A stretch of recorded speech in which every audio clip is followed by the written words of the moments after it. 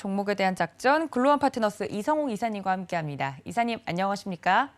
네, 안녕하세요. 네, 반갑습니다. 첫 번째 이슈로 좀 넘어가 보자면 미국도 미국이지만 국내 기업들도 실적 발표를 연이어서 내놓고 있는 상황입니다. 이런 시장 속에서 저희가 특징적으로 좀 초점을 맞춰야 될 부분이 있다면 어떤 부분일까요?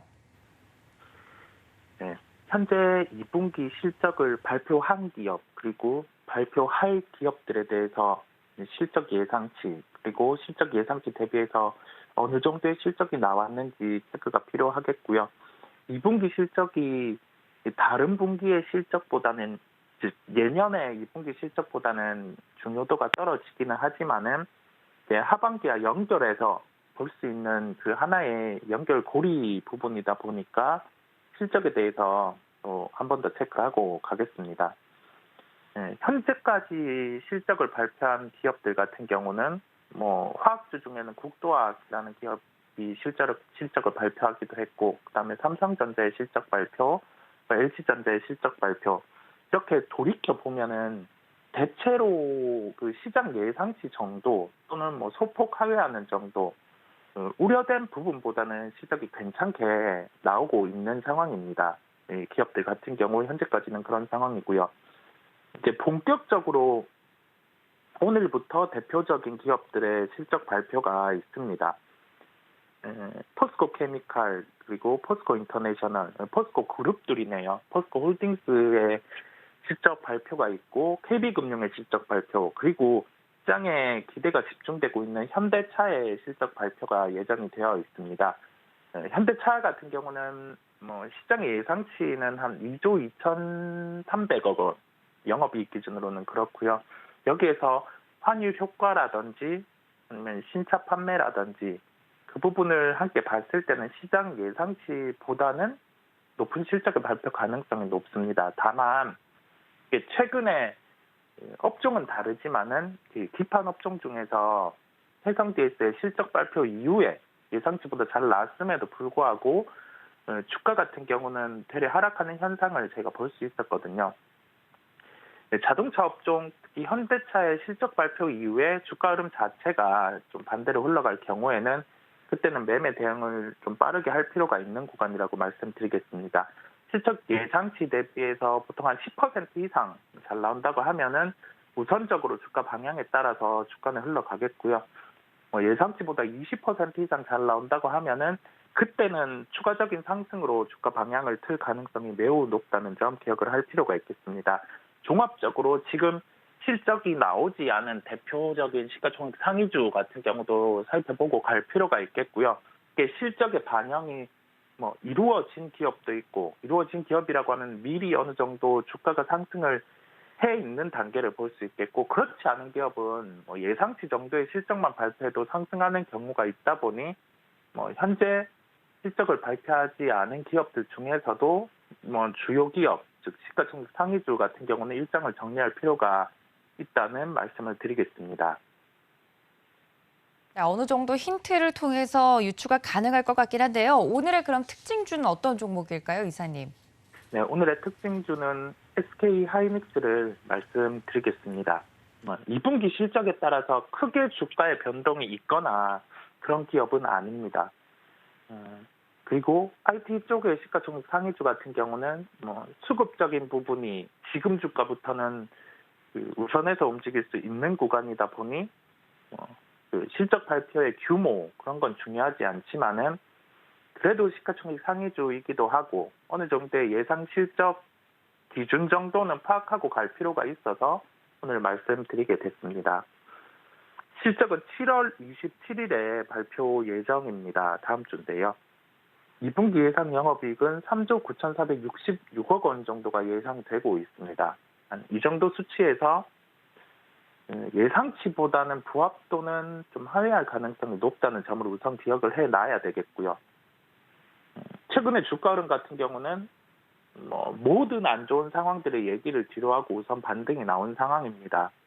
가격적으로는 시가총액을 대비하지 않고 절대 가격으로 10만 원대까지 한 번 더 올라온 상황이고요. 여기에서는 주가의 조정도 있을 수 있는 구간입니다.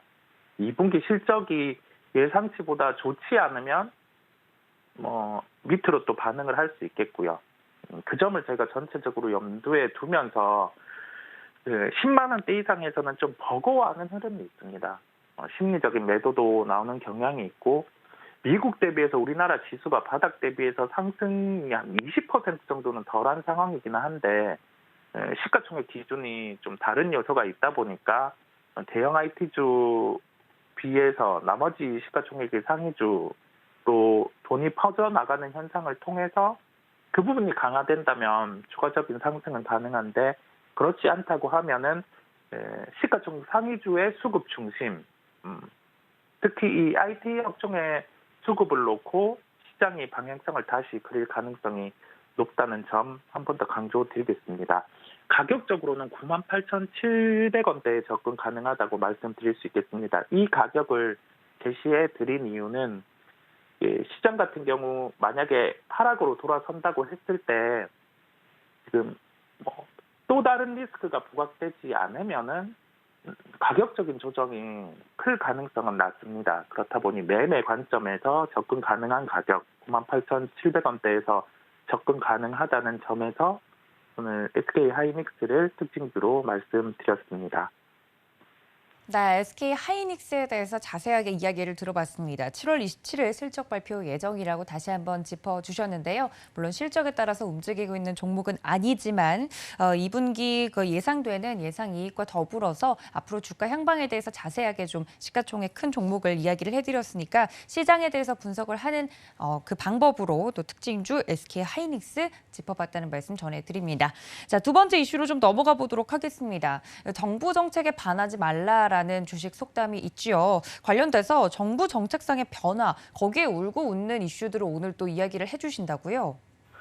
네, 정부의 정책에 따라서 긍정적일 수 있는 요인도 있고 부정적일 수 있는 요인이 있겠는데요. 최근에 대형마트와 관련해서 의무 휴업이 계속 이어지고 있었습니다. 그렇다 보니 대형마트 같은 경우는 실적이 빠질 수 있는 요인이 있었고요. 여기에 대해서 정책 변화, 즉 대형마트의 의무유점 폐지가 국민제한 검토가 될 것으로 보입니다. 월 2회 의무 휴업 상황인데 이것을 폐지하게 되는 그 국민 제한이겠고요. 일각에서는 여기에 대해서 그런 얘기도 있더라고요. 말을 하는 게 대형마트 같은 경우 휴일에 굳이 많이 찾았냐, 소형마트 쪽 같은 경우가 더욱더 침투가 높고 그런데 이 부분에 대해서 실제 수혜가 있겠느냐라고 할 수 있는데 이게 그 일상으로는 그렇게 대입을 할 수 있겠는데 주식 시장에서의 대입은 그런 색의 대입이 아니거든요. 안 좋은 최악의 상황에 있던 기업, 그 다음에 그 실적 대비해서 시가총액이 낮아져 있는 경우에는 그 안 좋은 요인이 실적의 기여도가 발생할 수 있는 가능성만 있더라도 주가는 먼저 상승을 하게 됩니다. 그 점을 저희가 생각을 해놔야 되겠고요. 반대급부로 생각을 할 수 있는 건 대형마트 같은 경우 의무 휴점이 폐지된다고 해서 안 가던 편의점, 늘 가던 편의점을 덜 갈까라고 생각할 수 있는데 주식시장은 반대급부에서 이 부분에서 역으로 몰릴 수 있는 요인을 찾게 됩니다. 그렇다 보니 헤지펀드 입장에선 그런 플레이를 할 수 있겠죠. 이마트롱의 그 편의점 주가가 어느 정도 시총 대비해서 맞춰 올라왔다 보니 편의점을 그 공매를 하는 그런 플레이도 충분히 가능하게 됩니다. 즉 여기에서 말씀드리면은 그런 정책적인 요소가 계속 안 좋은 점에서 그 안 좋은 점이 제거되는 요인이 있는 기업이 이익 대비해서 그 시가총액이 낮게 거래되는 경우에는 주가가 선행해서 반등이 가능하고 그 정책의 반대급부 같은 경우도 함께 찾아볼 필요가 있다는 점 말씀드릴 수 있겠고요.